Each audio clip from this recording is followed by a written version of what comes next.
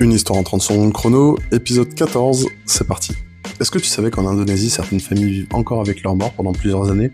Chez les Toraja, certaines personnes décédées restent dans la maison familiale avant les funérailles officielles, parfois pendant plusieurs mois, voire plusieurs années. Et le plus surprenant, c'est qu'elles ne sont pas considérées comme mortes. Dans cette culture, elles sont vues comme malades ou simplement endormies jusqu'à la cérémonie finale. Les proches continuent parfois de leur parler, de leur apporter à manger ou de rester près d'eux chaque jour, car ici les funérailles sont l'un des événements les plus importants d'une vie. Certaines familles économisent pendant des années pour organiser une immense cérémonie avec musique, tradition et certaines invités. Une histoire en 30 secondes chrono, épisode 14, c'est parti.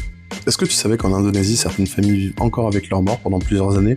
Chez les Toraja, certaines personnes décédées restent dans la maison familiale avant les funérailles officielles, parfois pendant plusieurs mois, voire plusieurs années. Et le plus surprenant, c'est qu'elles ne sont pas considérées comme mortes. Dans cette culture, elles sont vues comme malades ou simplement endormies jusqu'à la cérémonie finale.